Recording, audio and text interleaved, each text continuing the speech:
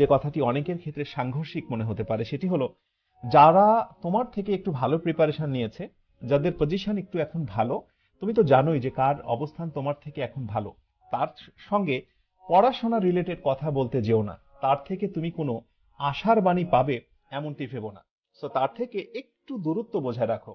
I mean এরকম দূরত্বের কথা বলছি না তার সঙ্গে দেখা হলে কথাই বলবে না, কথা বলো, বাট পড়াশোনার কথাগুলো একটু হাইড রাখো। আর মনে মনে প্রমিস করো, আমিও একটা পর্যায়ে যাই, প্রিপারেশনটাকে একটু সাজিয়ে নিই, তারপরেই না হয় তোকে জিজ্ঞাসা করব, তোমাকে জিজ্ঞাসা করব যে পড়াশোনার কি অবস্থা।